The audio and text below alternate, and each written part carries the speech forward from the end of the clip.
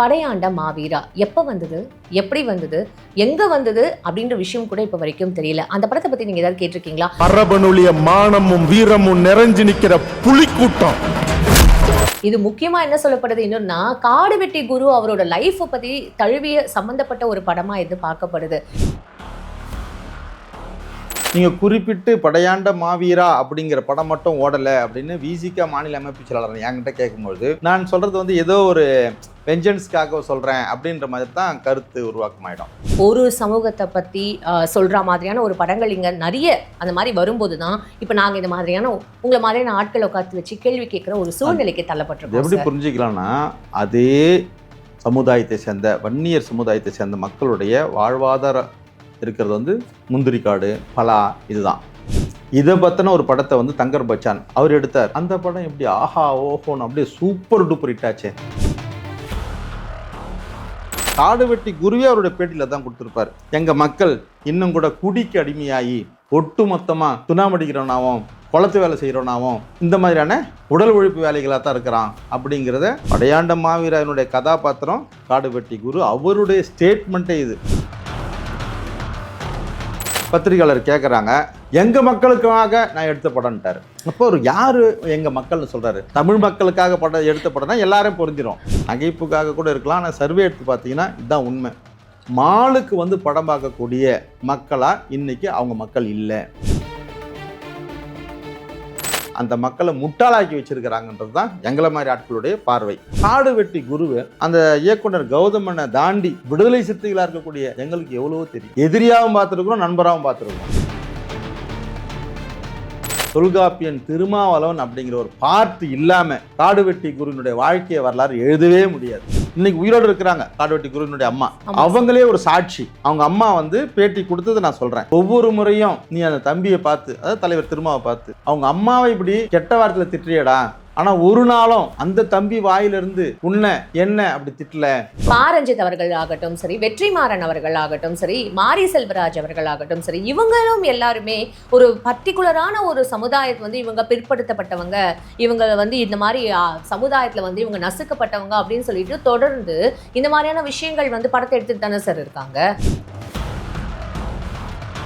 வலியினுடைய வேதனையிலிருந்து ஒருத்தன் சொல்றதும் வலியை கொடுத்தவன் சொல்றதுமா ரெண்டுத்தையும் ஒன்று வச்சு பார்க்கறது எவ்வளோ பெரிய மோசமான ஒரு கண்ணோட்டம்.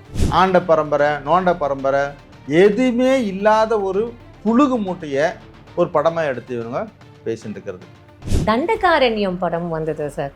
அது வந்து கருத்தியல் ரீதியா உண்மையாவே நல்லா வந்து ரீச் ஆச்சு. ஆனா வணிக ரீதியா அந்த படம் வந்து எதுவுமே பெருசா சக்சஸ் ஆகலை. தண்டகாரண்யத்தை பொறுத்த வரைக்கும் என்னுடைய தனிப்பட்ட கருத்தை சொல்கிறேன். நீலம் ப்ரொடக்ஷன் இல்லாமல் வேறு ஏதாவது சிவப்பு ப்ரொடக்ஷன், மஞ்சள் ப்ரொடக்ஷன், காவி ப்ரொடக்ஷன் எதனா தண்டகாரண்யம் ரிலீஸ் ஆயிடுச்சுன்னா எல்லா தியேட்டருமே கிடச்சிடும். ரஞ்சித்தை பார்த்து அரசு கேட்குது, நீ என்ன எதிர்த்து பேசிட்டு இருப்பியா, நல்லா ஓட்ட முடியுமா, தியேட்டர் தானே வேணும் போ.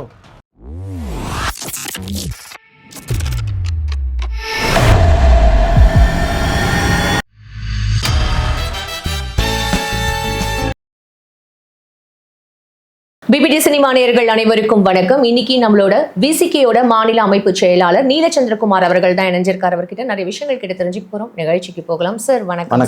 எப்படி சார் இருக்கீங்க? இப்போ வந்து நிறைய படங்கள் நம்ம வந்து பத்தி பார்த்துட்டு இருக்கோம், பேசிட்டு இருக்கோம். தொடர்ந்து விமர்சனங்கள் எல்லாமே ஒரு பக்கம் இருந்தாலும் ஒரு சில படங்கள் ஏன் ஓடுது, ஒரு சில படங்கள் ஏன் ஓடலை அப்படின்றதுக்கு ஒரு புரியாமையில தான் சார் இருக்கும். போன வாரம் ஒரு படம் வந்தது, படையாண்ட மாவீரா. எப்போ வந்தது, எப்படி வந்தது, எங்க வந்தது அப்படின்ற விஷயம் கூட இப்ப வரைக்கும் தெரியல. அந்த படத்தை பத்தி நீங்க ஏதாவது கேட்டிருக்கீங்களா? அது மட்டும் இல்லாம அதுல முக்கியமான பெரிய நடிகர்கள் நடிச்சிருக்காங்க. சமுத்திரகனி அவர்கள்லேருந்து, நிழல்கள் ரவி அவர்கள்லேருந்து, சரண்யா பொன்வண்ணன் அவர்கள்லேருந்து முக்கியமான கதாபாத்திரங்கள்ல இவங்க எல்லாம் நடிச்சிருக்காங்க. இது முக்கியமா என்ன சொல்லப்படுது இன்னொன்னா, காடு வெட்டி குரு அவரோட லைஃப் பத்தி தழுவிய சம்பந்தப்பட்ட ஒரு படமா இது பார்க்கப்படுது. அப்பேற்பட்ட ஒரு பேக்ரவுண்ட், இவ்வளோ பெரிய நடிகர்கள் வச்சு நடிச்ச இந்த படமுமே ஏன் வந்தது, ஐ மீன் எப்படி வந்தது, எங்க போச்சுன்னே தெரியலையே சார். நீங்கள் கேட்ட கேள்வியில் எந்த படமே ஓடாத படங்களை பற்றி பேசியிருந்தோம்னா ஜென்ரலாக சொல்ல முடியும். நீங்கள் குறிப்பிட்டு படையாண்ட மாவீரா அப்படிங்கிற படம் மட்டும் ஓடலை அப்படின்னு விசிக மாநில அமைப்பு செயலாளர் என்கிட்ட கேட்கும்பொழுது நான் சொல்கிறது வந்து ஏதோ ஒரு வெஞ்சன்ஸ்க்காக சொல்கிறேன் அப்படின்ற மாதிரி தான் கருத்து உருவாக்கமாயிடும். அதில் நம்ம முக்கியமாக கவனிக்கப்பட வேண்டிய ஒரு விஷயம் என்னென்னா, படையாண்ட மாவீரா அப்படிங்கிற அந்த ஸ்பெசிஃபிக்காக அந்த படத்தை பற்றி சொல்லும்போது சமுத்திரக்கனி, அப்புறம் ஐயா நிழல் நம்ம ரவி அவர்கள். பொன்வண்ணன் இவங்க நடிச்சிருக்கிறாங்க. நடிகர்கள் எந்த கதாபாத்திரத்துலையும் நடிப்பாங்க. அவங்க கலை வளர்க்குறவங்க, அது சார்ந்து இருக்கிறதுனால எந்த மாதிரியான கதாபாத்திரத்துலையும் நடிப்பாங்க. ஆனால் அந்த கதாபாத்திரத்துக்குண்டான நேரம் அவங்க இருக்க மாட்டாங்க, நிஜத்தில் இருக்க மாட்டாங்க. வாழ்நாள் முழுதுமே நம்பியார் வந்து மிகப்பெரிய வில்லனாக தான் இருந்தார். ஆனால் நிஜ வாழ்க்கையில் என் மனைவி தான் கடவுள் எனக்கு அப்படிங்கிற மாதிரியான அவ்வளோ அற்புதமான ஒரு மனிதரெல்லாம் பார்க்குறோம். ஸோ ஒரு படத்தில் அவர் நடிச்சிட்டாருன்றதுக்காக சமுத்திரக்கனி அவர் மேலே வந்து ஒரு விமர்சனம் எழுதுறது அதெல்லாம் வந்து ஏற்புடையதாக இல்லை. அதே நேரத்தில் இப்போ வந்து ஒரு பிம்பம் கட்டப்படுது.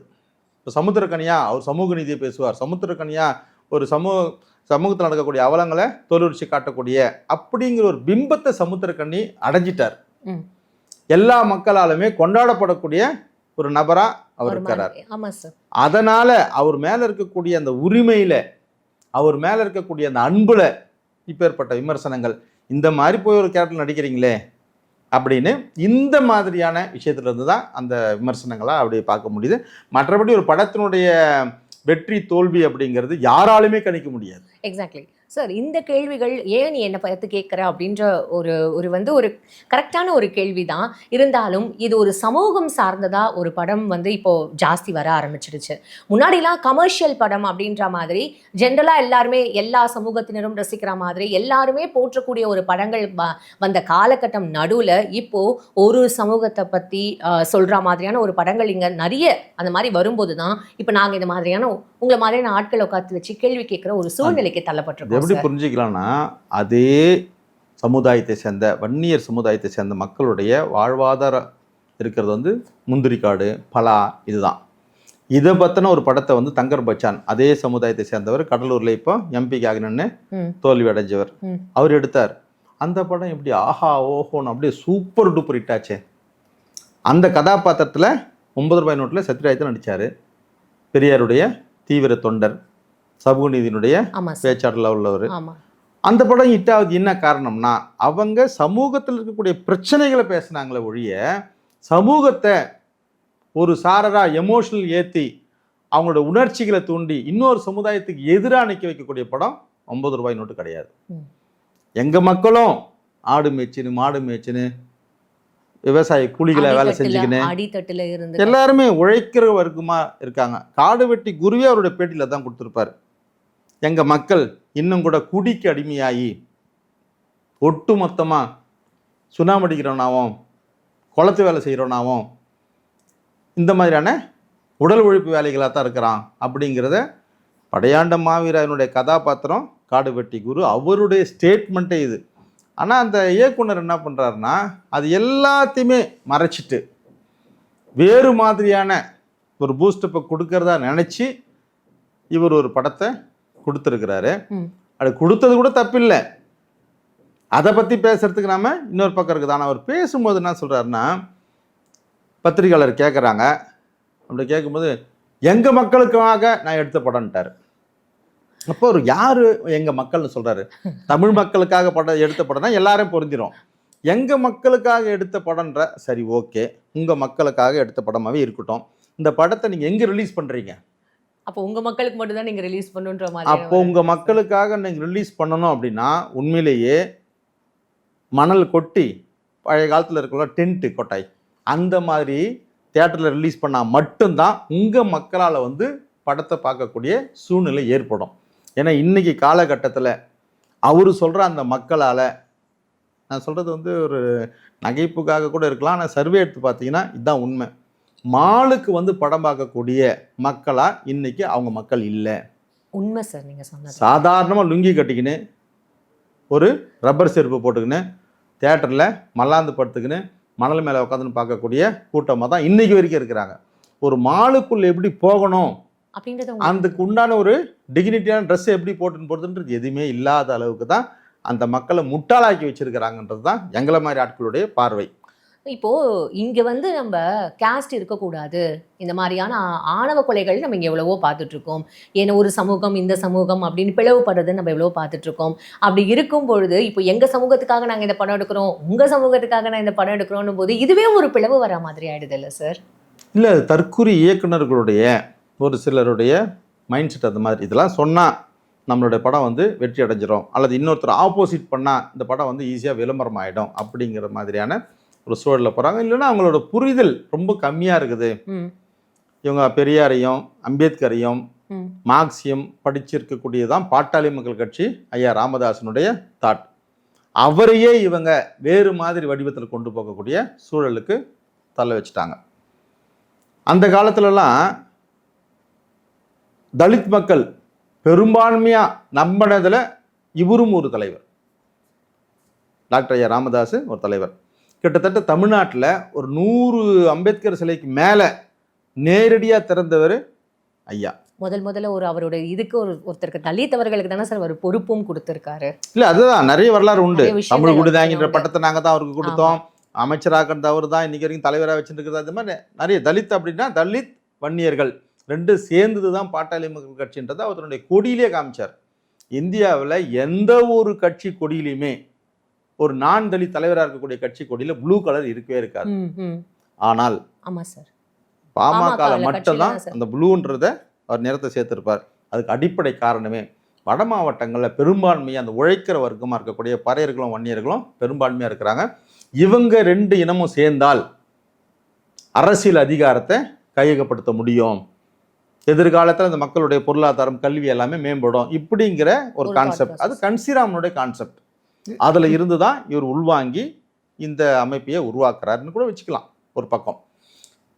ஆனால் அந்த கான்செப்ட் மெல்ல ஆர்எஸ்எஸ்னுடைய ஊடுருவல் அதிகமாக ஆக அவரே ஒரு சோஷியல் இன்ஜினியரிங்குள்ளே தள்ளப்பட்டார்.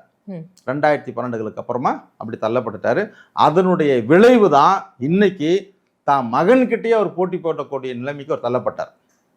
கொள்கை ரீதியாக அவர் அந்த ஸ்டாண்ட்லேயே பையனையும் வளர்த்துட்டு இருந்தாருன்னா எந்த சிக்கலுமே கிடையாது. அவர் எப்போ சோஷியல் இன்ஜினியரிங் உள்ளே போனாரோ அதுதான் இந்த சாதி ஆர்எஸ்எஸ் அப்படிங்கிற ஒரு அமைப்பு என்ன பண்ணோம்னா ஒட்டு மொத்தமாக கணவன் மனைவி பிரிச்சிரும், கட்சியை பிரிச்சிரும், தந்தை மகனை பிரிச்சிரும், எல்லா நண்பர்களை பிரிச்சிரும், எல்லாத்தையுமே பிரித்தாலும் சூழ்ச்சி மட்டும்தான் ஆர்எஸ்எஸ்னுடைய அடிப்படையாக இருக்கும். இதுதான் பிராமணியத்தினுடைய தத்துவமாகவே பிரித்தாளும் சூழ்ச்சி தான் இருக்குது. அதுதான் நம்ம பார்க்கக்கூடிய சாதிய வேறுபாடுகள், ஏற்றத்தாழ்வுகள் எல்லாமே. படையாண்ட மாவீராவை பற்றி இவங்க பேசுகிறாருன்னும் போது காடு வெட்டி குருவை அந்த இயக்குனர் கௌதமனை தாண்டி விடுதலை சிறுத்தைகளாக இருக்கக்கூடிய எங்களுக்கு எவ்வளவோ தெரியும். நாங்கள் கண் எதிர்க்க பார்த்து களத்தில் நின்று எதிரியாகவும் பார்த்துருக்குறோம், நண்பராகவும் பார்த்துருக்குறோம். காடு வெட்டி குரு அவர்களை அவரோட குறைந்தபட்சம் அந்த மனிதனை ஒரு நல்லவராக காமிச்சிருந்தா கூட பரவாயில்ல. ஆனால் இந்த இயக்குனர் எப்படி காமிக்கிறாருன்னா இந்த மக்களுக்கு ஒரு எமோஷனல் கொடுக்கணும் அப்படின்னு வாள் தூக்கி கொடுக்கக்கூடிய அளவுக்கு தான் குரு இருந்தார் அப்படிங்கிற மாதிரி காமிக்கிறாங்க. அவருடைய வாழ்க்கை வரலாறுல எங்கள் தலைவர் தொல்காப்பியன் திருமாவளவன் அப்படிங்கிற ஒரு பார்ட் இல்லாமல் காடுவெட்டி குருவினுடைய வாழ்க்கை வரலாறு எழுதவே முடியாது. எப்பேற்பட்ட ஆசிரியர்களாக வந்தாலும் இந்த நான் சொல்கிற இந்த வார்த்தையை அக்செப்ட் பண்ணிப்பாங்க. ஆனால் முற்றிலுமாக இதை ஒதுக்கி வச்சுட்டு வேறு ஒரு பாயிண்ட் ஆஃப் வியூவில் கௌதமன் சொல்கிறது வந்து அது காடுவெட்டி குருவுக்கு அவர் செஞ்ச துரோகமாக தான் நம்மளால் பார்க்க முடியுது. என்ன காரணம்னா இன்னைக்கு உயிரோடு இருக்கிறாங்க காடுவெட்டி குருவினுடைய அம்மா. அவங்களே ஒரு சாட்சி. அவங்க அம்மா வந்து பேட்டி கொடுத்தது நான் சொல்கிறேன். ஒவ்வொரு முறையும் நீ அந்த தம்பியை பார்த்து, அதாவது தலைவர் திருமாவை பார்த்து, அவங்க அம்மாவை இப்படி கெட்ட வார்த்தையில் திட்டுறியடா, ஆனால் ஒரு நாளும் அந்த தம்பி வாயிலிருந்து உன்னை என்ன அப்படி திட்டல, அப்போது உன்னை வளர்த்த என்ன திட்டுவாங்களா, அவரை வளர்த்த அந்த தாயை போட்டுருவாங்களா அப்படின்னு நான் கண்ணீர் விட்டு என் பையன்கிட்ட அழுதேன். அப்போ என் பையன் சொன்னான், நான் எனக்காக நான் திட்டலம்மா, எனக்கு மேலேருந்து அழுத்தம் இருக்குது, அதனால் பேசுகிறேன், எனக்கு மனசார அவரை ரொம்ப பிடிக்கும். இந்த ஸ்டேட்மெண்ட் சொல்கிறது யார்? காடுவெட்டி குருவினுடைய தாயார். இதை விடவாடா இந்த சமுதாயம் வந்து 2 இணையறதுக்கு ஒரு இயக்குனராக நீ வைக்கக்கூடிய ஒரு கதாபாத்திரத்தில் இந்த கரு வைக்கிறதுக்கு முடியாமனால் போது நான் எப்பேற்பட்ட நீ வன்மம் முடிச்சோன்னா இருந்திருக்கணும். ஆனால் அந்த படம் வரவே இல்லையே சார். இந்த படம் இப்போ வந்திருக்கான்றதே பாதி பேருக்கு தெரியவே தெரியாது. இப்போ நம்ம பேசுறது மூலமா இப்போ பார்க்குற மக்கள் நீங்கள் ஃபஸ்ட்டு கேள்வி கேட்கும்போது நான் தெரிஞ்சுக்கினேன். போன மாதம் ரிலீஸ் ஆச்சு நீங்கள் பார்த்தீங்களா? இல்லை சார், அப்பயே தெரிஞ்சு 19ஆம் தேதியே வந்தது, 19ஆம் தேதியே போயிடுச்சு அப்படின்னாங்க. அதுக்கு ரீசனும் இருக்குது. அதாவது ஒரு படம் தோல்வி அடையுது அப்படின்றது வெறும் ஜாதியை கண்ணோட்டம் அதெல்லாம் மட்டும் இல்லை, தியேட்டர் கிடைக்கணும், தியேட்டரில் எந்த மாதிரியான காட்சியை நம்மளுக்கு அனுமதிக்கிறாங்கன்றது பார்க்கணும். எந்த மாதிரியான செக்டர் பீப்புள் நம்மளுக்கு வரான், அது ரொம்ப இம்பார்ட்டன்ட். அது ரொம்ப இம்பார்ட்டண்ட்டாக இருக்குது. இப்போ ஏபி இவங்க பார்க்கக்கூடிய படம் வேற, இந்த மாதிரி படத்தை பார்க்குறவங்க சி செக்டர் தான். ஆமா சார். இது ஓடிடி கூட இன்னைக்கு இந்த மக்கள் பார்ப்பாங்களான்னு தெரியாது. எத்தனை பேர் வாழைப்படம் பார்த்துருப்பாங்கன்றதே எனக்கு புரியவே இல்லை சார். நான் பார்த்த சர்க்கிள்லேயே நிறைய பேருக்கு வந்து வாழைப்படம் வந்தது வந்து தெரியல அப்படின்னு கூட சொல்லலாம் சார். அந்த மாதிரியான படங்கள், ஏன்னா லப்பர் பந்து ரீச் ஆயிருக்கிற அளவுக்கு வாழை ரீச் ஆயிருக்கான்னு கேட்டால் இங்கே அதுவுமே வந்து ஒரு விஷயமா தான் சார் இருக்கு. சார், இப்போ நீங்க இந்த மாதிரியான ஒரு விஷயங்கள் சொல்றீங்க, ஒரு பர்டிகுலர் சமூகத்துக்காக சில படங்கள் எடுக்கப்படுது அப்படின்னும் போது பாரஞ்சித் அவர்கள் ஆகட்டும் சரி, வெற்றிமாறன் அவர்கள் ஆகட்டும் சரி, மாரி செல்வராஜ் அவர்கள் ஆகட்டும் சரி, இவங்களும் எல்லாருமே ஒரு பர்டிகுலரான ஒரு சமுதாயத்தை வந்து இவங்க பிற்படுத்தப்பட்டவங்க, இவங்க வந்து இந்த மாதிரி சமுதாயத்துல வந்து இவங்க நசுக்கப்பட்டவங்க அப்படின்னு சொல்லிட்டு தொடர்ந்து இந்த மாதிரியான விஷயங்கள் வந்து படத்தை எடுத்துட்டு தானே சார் இருக்காங்க. இப்போ இஸ்ரேல்லையும் பாலஸ்தீனத்திலையும் போர் நடந்துட்டு இருக்குது. இஸ்ரேலியர்கள் பாலஸ்தீனத்து மேலே கொத்து கொத்தா குண்டுங்களை போட்டு கிட்டத்தட்ட 65,000 பேர் கொன்று குவிக்கிறாங்க. அதில் குழந்தைகள், நோயாளிகள், பெண்கள் எல்லாம் கொல்லப்படுறாங்க. இந்த கொல்லப்பட்டான் இல்லையா, இவனுடைய வாரிசுகள் எதிர்காலத்தில் வந்து எங்கள் அம்மானுடைய உயிர் இப்படி போச்சு, என் குழந்தையினுடைய உயிர் இப்படி போச்சு அப்படின்னு அவன் ஒரு படம் எடுக்கிறான். அதையே இஸ்ரேலுக்காரன் ஒரு படம் எடுக்கிறான். அவனை கொல்லும்போது எனக்கு விரல் போயிடுச்சு, அந்த குண்டை நான் ஆன் பண்ணி அனுப்பும்பொழுது அதனோட பிஸ்டல் மேலே இருந்த இது வந்து என்னோட விரலில் கீறிடுச்சு, இந்த கீறின ரத்தத்துக்காக அப்படின்னு இவன் ஒரு படம் எடுக்கிறான். எது சரி? வலியினுடைய வேதனையிலிருந்து ஒருத்தன் சொல்கிறதும் வலியை கொடுத்தவன் சொல்கிறதுமா ரெண்டுத்தையும் ஒன்று வச்சு பார்க்குறது எவ்வளோ பெரிய மோசமான ஒரு கண்ணோட்டம். அப்படி பார்க்கவே கூடாது. அது அவன் சொல்கிற படம், அவன் பட்ட வலியை சொல்கிறான். நீ சொல்கிற படம் உன் ஆணவத்தை சொல்கிற, உன் அகம்பாவத்தை சொல்கிற, அதுலேயும் உண்மையை சொல்லலை. ஆண்ட பரம்பரை, நோண்ட பரம்பரை எதுவுமே இல்லாத ஒரு புழுகு மூட்டையை ஒரு படமாக எடுத்து இவங்க பேசிட்டு இருக்கிறது. இல்லாத ஒரு விஷயத்த அவங்களை எதிரியாக சித்தரிச்சு காமிக்கிறது. அது இன்னுமே மக்கள் நடுவில் வந்து ஒரு பிளவை ஏற்படுத்தும் அப்படின்றதும் மக்கள் வந்து மிக தெரியான தீர்ப்பு அவங்க கொடுக்குறாங்க. இது வரைக்கும் பாருங்க, அந்த பையன் இன்னொரு பையன் ஒருத்தன் தானே திரௌபதின்னு சொல்லிட்டு. ஆமாம் சார். இல்லையா? போல மோகன் அவர் ஏதோ ஒரு சம்திங் மோகன் ஜியோ நவர் ஜியோ எடுபடாது. இதுக்கெல்லாம் முத்தாய்ப்பா ஐயா ராமதாசும் சின்னையாவும் இன்னைக்கு முரண்பட்டு நிற்கிறாங்களா? இதை விட மிகப்பெரிய விடை என்ன வேணும்? இவங்க பேசுகிற அரசியல் படமாக இருந்தாலும் சரி, கட்சியாக இருந்தாலும் சரி, அரசியலாக எல்லாத்துலேயுமே வந்து இவங்க சோர்ந்து போயிட்டாங்க.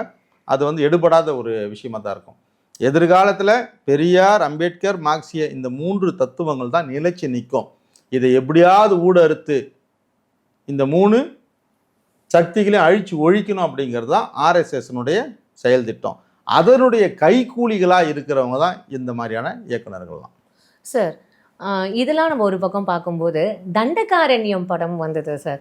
அது வந்து கருத்தியல் ரீதியாக உண்மையாகவே நல்லா வந்து ரீச் ஆச்சு மக்கள்கிட்ட. நிறைய பேர் வந்து அது பேசினாங்க. இன்னொன்று இந்த படங்கள் வந்து ஆமாம் எங்களுக்கு வாழ்க்கையோட ஒத்து போகிற மாதிரியான ஒரு சில விஷயங்கள் நடந்தது அப்படின்ற மாதிரியான பேசப்பட்ட ஒரு படம். ஆனால் வணிக ரீதியாக அந்த படம் வந்து எதுவுமே பெருசாக சக்ஸஸ் ஆகலை.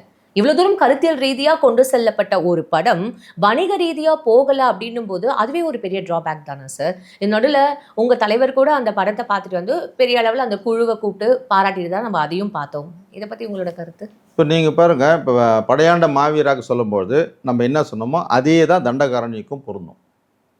தியேட்டர் கிடைக்கிறது அப்படிங்கிற ஒரு விஷயம், அந்த தியேட்டரில் எந்த காட்சியை கொடுக்குறாங்கன்றது விஷயம், ஒவ்வொரு பட தோல்விக்குமே பல்வேறு காரணங்கள் நம்ம அனலைஸ் பண்ணி பார்த்தோம்னா, தண்டகாரண்யத்தை பொறுத்த வரைக்கும் என்னுடைய தனிப்பட்ட கருத்தாக சொல்கிறேன். ஓகே, நீலம் ப்ரொடக்ஷன் இல்லாமல் வேறு ஏதாவது சிவப்பு ப்ரொடக்ஷன், மஞ்சள் ப்ரொடக்ஷன், காவி ப்ரொடக்ஷன் எதனா தண்டகாரண்யம் ரிலீஸ் ஆயிருச்சுன்னா எல்லா தியேட்டருமே கிடச்சிருக்கும். எல்லா தியேட்டர்லேயும் ஷோவும் கிடச்சிருக்கும். நாங்கள் பார்த்த வரைக்கும் தண்டகாரண்யத்துடைய ஒரு வணிக ரீதியாக இந்த படம் வந்து ஒரு தோல்வியை தழுவிருக்குதா அப்படின்றது தெரில. ஏன்னா அது கிட்டத்தட்ட இன்னும் ஓடின்னு தான் இருக்குது.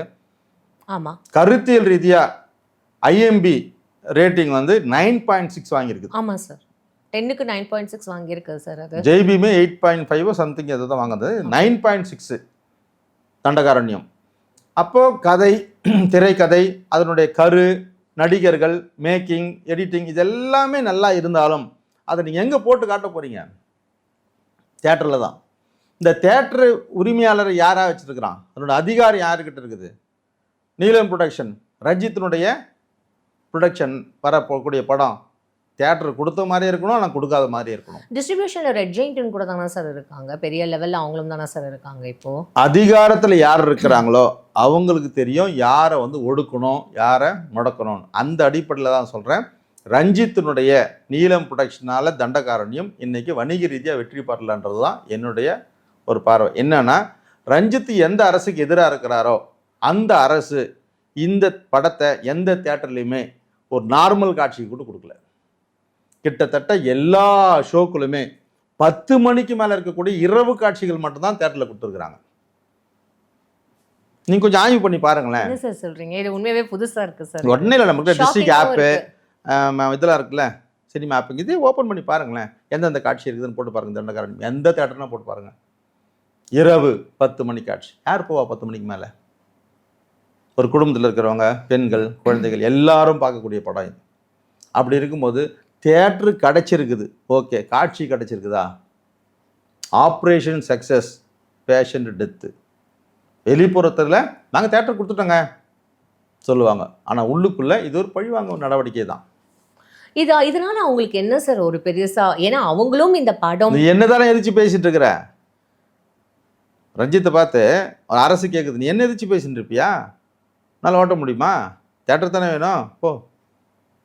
உனக்கு தியேட்டர் கொடுத்தாச்சு, நீங்க சொன்ன மாதிரி அவ்வளவுதான், அவ்வளவுதானே. காட்சி போய் யார்கிட்ட சண்டை போடுவேன்? இதெல்லாம் திரைமறைவில் இருக்கக்கூடிய மாஃபியாக்களுடைய செயல்பாடுகள். அந்த மாஃபியான்றது தான் அரச பயங்கரவாதம். படம் எடுக்கிறதுன்றது எவ்வளோ வந்து இங்கே ஒரு சேலஞ்சான ஒரு விஷயமா இருக்கும்போது படத்தை ஓட்டுறதுன்றது உண்மையாகவே அது ஒரு பெரிய விஷயமா இருக்குது. அது மக்கள் வர வைக்கிறதுன்றது இன்னும் ஒரு பெரிய சேலஞ்சு. இதெல்லாம் வந்து பார்க்கும்போது இது நிலைச்சு அந்த நடிகர்கள் நிற்கிறது அப்படின்றது இன்னும் எவ்வளோ பெரிய ஒரு சேலஞ்ச் இல்லை? நிறைய விஷயம் இருக்குதுங்க இதில். அதாவது ஒன்றுமே இல்லாத படத்தை தியேட்டரில் ஓட்டியே ஆகணும் அப்படிங்கிற படங்கள்லாம் எவ்வளவோ ஓடின்னு இருக்குது. 8 இருக்க மாட்டாங்க, ஆனால் 2வது வாரமாக ஓடிக்கொண்டிருக்குதுன்னுவான். அந்த படத்தினுடைய டைரக்டர் யார் ப்ரொடக்ஷன் பண்ணது அப்படிங்கிறதுலாம் இப்போ பேக்ரவுண்டில் எல்லாமே இருக்குது. இப்போ நம்ம சூப்பர் ஸ்டார் சமீபத்தில் ஒரு பேட்டி சொன்னார். இப்போது அதில் சொல்லும்பொழுது, இளையராஜாவுடைய தம்பிக்காகவோ அண்ணனுக்காகவோ ஒரு படம் பண்ணேன், ராஜாதி ராஜா. ஆனால் அந்த படம் பார்த்தா ஓடுமா ஓடலையான்னு தெரியல, ஓடாதுன்னு ஒரு டிசைடே பண்ணி, அதனால நான் சொந்த பணத்தை போட்டு அதை ஓட வச்சிடலான்ற எண்ணத்தில் இருந்தேன்றதை அவரே சொல்கிறார் அப்போவே. இப்போ அதை விட அதிகமாக இருக்குது. நீ எப்பேற்பட்ட தரமான படமாக கொடுத்தாலும் இன்றைக்கி யார் ஆளுங்கட்சியாக இருக்கிறாங்களோ அவங்களுடைய உதவியும் நமக்கு தேவைப்படுறதா இந்த தண்டகாரண்யத்தின் மூலமாக நம்ம அறியப்படுறோம். கடைசியாக எனக்கு ஒரே ஒரு பாயிண்டோட நான் முடிக்கணும்னு நினைக்கிறேன் சார் இந்த கேள்வியோட. இப்போது அந்த காலத்திலும் இந்த காலம் அப்படின்ற மாதிரி உண்மையாகவே இங்கே பிரித்து பார்க்க வேண்டிய ஒரு சூழ்நிலை தான் நம்ம இருக்கோம். அந்த காலத்தில் எல்லாருமே வந்து படங்கள் பார்க்கறதுக்கான காரணம் மக்கள் மனசில் அது ரொம்ப ரிலேட் ஆகிடுச்சு. வி சேகர் படங்கள்லாம் ஒரு வீட்டுக்குள்ளேயே ஒரு காம்பவுண்டுக்குள்ளேயே எல்லா எடுத்த படங்களும் நம்ம பார்த்துருக்கோம். விசு அவர்கள் படம்லாம் உண்மையாகவே ஒரு ஸ்ட்ரீட்டை தாண்டி கூட அந்த படங்கள் போனது கிடையாது. இன்னைக்கு அவ்வளோ பெரிய பட்ஜெட்டில் அவ்வளோ பெரிய வந்து பெரிய பெரிய ஆக்டர்ஸ்லாம் வச்சு படம் எடுக்கும்போது கூட கூலியே இப்போ ஃப்ளாப்மா அப்படின்ற மாதிரியான ஒரு விஷயங்கள் இங்கே பேசப்படுது. பட் எந்த அளவுக்கு அது உண்மைன்றது தெரியல. அந்த காலத்தில் படங்கள் பார்க்கும்போது ரொம்ப யதார்த்தமாக இருந்தது, மக்கள் போய் ரசித்தாங்க. இப்போது வந்து அது படங்கள் ரசிக்கிற மாதிரி கூட இல்லை சார். அப்படிலாம் நம்ம 19 எல்லா படத்தையும் சொல்ல முடியாதுங்க. இப்போ எவ்வளோ அருமையான படங்கள் ஜேபிபிலாம் வரலையா? ஓகே. இப்போ விசு அப்போ எடுக்கும்போது 1001 எம்ஜிஆர், உலகம் சுற்றும் வாலிபன், அடிமைப்பெண், இதெல்லாம் எவ்வளோ பிரம்மாண்டமான படங்கள். ஆமாம் சார். அதுவும் ஓடி தான் இருந்தது. விசுவால் அப்படி ஒரு கதையை சொல்ல முடியும், பாலச்சந்திரால் இப்படி ஒரு கதையை சொல்ல முடியும், எம்ஜிஆரால் அப்படி ஒரு கதையை சொல்ல முடியும். ஆனால் இந்த காலகட்டத்திலையுமே நல்ல படங்கள், ரப்பர் பந்து வரலையா, எவ்வளோ அழகான படம். எல்லா படமும் அந்த மாதிரி ஒரு இருக்குது. ஆனால் என்ன மெயின் ஸ்ட்ரீமில் எப்படி பண்ணுறாங்கன்னா, தியேட்டரு கிடைக்கிறது தான் இங்கே பெரிய சவாலாக இருக்குது. நல்ல படங்கள் மக்கள் வந்து பார்க்குற மாதிரியான அந்த கனெக்டிங் நம்மக்கிட்ட இல்லை. அந்த காலத்தில் கிராமத்துலேருந்து சாதாரணமாக தியேட்டருக்கு டென்ட்டுக்கு வந்து பெண்கள் சுதந்திரமாக வந்து உட்காருவாங்க. இப்போ எந்த தியேட்டரில் கிராம பெண்கள், ஒரு நடுத்தர வர்க்கத்தை சேர்ந்த பெண்கள் கூட வரக்கூடிய அளவுக்கு இருக்குதுன்னு நினைக்கிறீங்க? ஒரு தியேட்டருக்குள்ளே போனால் இவ்வளோ செலவு பண்ணணுன்றது விதி. டிக்கெட்டு மட்டும் இல்லை, டிக்கெட்டு வாங்கிக்கணும் உள்ளே போன பிறகு அங்கே உள்ளே விற்கக்கூடிய பாப்கார்னுடைய விலை எவ்வளோ? நீ பாப்கார்னை உள்ளே சாப்பிடலன்னா உன்னோட சீப்பாக பார்க்கக்கூடிய இந்த பார்வை எல்லாமே உள்ளுக்குள்ளே சைக்காலஜியாக இருக்குது. உண்மை. அந்த பிளாக் கலர் ட்ரெஸ்ஸு போட்டுன்னு அந்த பசங்க உள்ளே வருவாங்க, உங்களுக்கு என்ன வேணும், என்ன ஆர்டர் கொடுத்துட்டீங்களா, நீங்கள் டிக்கெட்லேயே ஆர்டர் கொடுத்துட்டீங்களா, இவ்வளவும் கேட்குறான். இதில் எந்த ஸ்டேட்டஸ் பீப்புள் போய் பார்க்குறான்? உண்மையிலேயே இன்னைக்கு ரசிகர்கள் குறைவானதுக்கு முதன்மையான காரணம் எதுன்னு கேட்டால் மால்கள் தான். இன்னைக்கு சாதாரணமாக தியேட்டராக இருந்தவங்க கூட மாலா அந்த தியேட்டருங்களை புதுப்பிச்சுட்டாங்க. அந்த தியேட்டர்ன்ற ஃபீலிங்கே இல்லாத அளவுக்கு ஆக்கிட்டான்.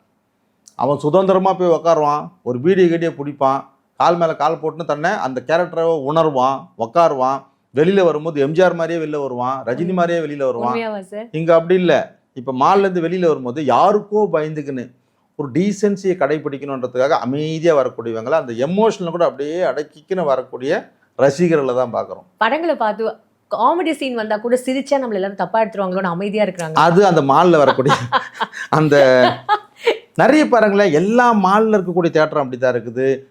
இந்த பிவிஆர் இந்த மாதிரியான தியேட்டர்கள் உள்ள படாலுமே ஸ்க்ரீன் 1, ஸ்க்ரீன் 2, ஸ்க்ரீன் 3 டிக்கெட்டை வாங்கி உள்ளே போய் இவன் எந்த படத்துக்கு போனோம் அப்படிங்கிறது கேட்கறதுக்கே ஒன்று. இன்னும் நிறைய இடத்துல வந்து எஸ்கலேட்டர், இந்த எஸ்கலேட்டரை மேலே ஏற முடியாமல் தெரியாமல் அதில் ஒரு பயத்தில் வச்சுன்னு போகாதவங்க பெரும் கூட்டமே இருக்குது. எனக்கு தெரிஞ்சு நீங்கள் மொத்த இதுலேயே இந்த பாயிண்ட் நான் ரொம்பவே அக்செப்ட் பண்ணிப்பேன் சார். ஏன்னா நாங்கள் கூட சர்வே எடுக்கும்போது ஏன் முன்ன மாதிரி இப்போ யாருமே தேட்டர்ஸ்க்கு வரதில்லை அப்படின்னு கேட்கும்போது, அது மால்னு சொல்ல வரல சார் உங்களுக்கு, அந்த பெரிய பெரிய ஒரு இதில் இருக்குல்லம்மா, அது மேலே போகுதே, அது மேலே ஏற தெரியலம்மா அப்படின்ற மாதிரி சொல்லும்போது ரொம்ப அது ரொம்ப சரி. ஒரு குழந்தைங்களுக்கு என்ன ஒரு பயம் இருக்குமோ அந்த மாதிரி பெரியவங்களே ஒரு அச்சமாக இருக்கிறாங்க. ஒரு ஸ்டெப்ஸ் இருந்தால் கூட ஏறி போகிறதுக்கு அவங்க தயார். அங்கே உள்ளே போகும்போது ஒரு உரிமையான இடமா இருந்தது அப்போது தியேட்டருங்க. இப்போ அப்படி இல்லை. நம்ம யாருக்கோ கட்டுப்பட்டு போகணும், யாருக்காகவும் நம்ம உட்காரணும், சத்தம் போட்டு சிரிக்கக்கூடாது, விசில் அடிக்கக்கூடாது. இந்த ரசிகர் மன்ற காட்சிகள் மட்டும்தான் இந்த விசில் அடிக்கிறதெல்லாம் நடக்குதே தவிர, அடுத்து முடிஞ்ச உடனே பார்த்தீங்கன்னா அவன் அமைதியாக போயிட்டு அமைதியாக வரக்கூடிய ஒரு சூழல் உருவாகுது. சார் உண்மை சார். ஏவிஎம், உதயம் தியேட்டரு இதெல்லாம் இருந்த வரைக்கும் உண்மையாகவே மக்களாக இருந்தாங்க, படமாக வந்தது, ரசித்தாங்க, ரசிக்கிற குணம் இருந்தது. இப்போ அதெல்லாம் எதுவுமே இல்லாத மாதிரியான ஒரு உணர்வு வந்துடுச்சு இல்லை சார்? உதயம், சூரியன், சந்திரன், ராகினி, ரோகிணிலாம் வந்து தேட்டரில் படம் ரிலீஸ் ஆகும்போது அங்கே ஒரு திருவிழா நடக்கிற மாதிரி இருக்கும். 4 படம் ரிலீஸ் ஆகும், ராகினி, ரோகிணி, லட்சுமி எல்லாத்துலேயுமே. 4 தியேட்டருக்கும் வரக்கூடிய ஜனங்கள், அடுத்தடுத்த காட்சிக்கு நிற்கக்கூடிய ஜனங்கள் அப்படி தேர் மாதிரி நிற்கும். கூட்டம் அவ்வளோ இருக்கும். கூட்டம் அவ்வளோ இருக்கும். அது அந்த 300 நாள் ஓடின அந்த இதெல்லாம் அந்த காலம் கட்டது. 1 வருஷம் 2 வருஷம் ஓடின படங்கள்லாம் அப்போ தானே. சகல கலாவல்லவன், வசந்த மாளிகை, ரஜினி மனிதன், அதெல்லாம் எல்லாமே எவ்வளோ நாட்கள் ஓட்ட படம். Fine sir. உண்மையாகவே உங்களோட பேசும்போது எனக்கு ரொம்ப உணர்வு பூர்வமாக எனக்குமே இந்த தியேட்டர்ஸோட நிறைய விஷயங்கள் கனெக்ட் ஆன மாதிரி, நம்மளும் எவ்வளோ மிஸ் பண்ணியிருக்கோம்ல அப்படின்ற மாதிரியான ஒரு ஃபீல் வருது. ஏன்னா இந்த காலகட்டத்தை ட்ராவல் பண்ணிட்டு வந்த மாதிரியே இருந்தது, நம்மளும் இதெல்லாம் பார்த்துருக்கலாமோ, ரசிச்சிருக்கலாமோ அப்படின்னுட்டுன்னு ரொம்ப அழகாக எங்களுக்கு எல்லாமே எக்ஸ்பிளைன் பண்ணிங்க சார். நன்றி.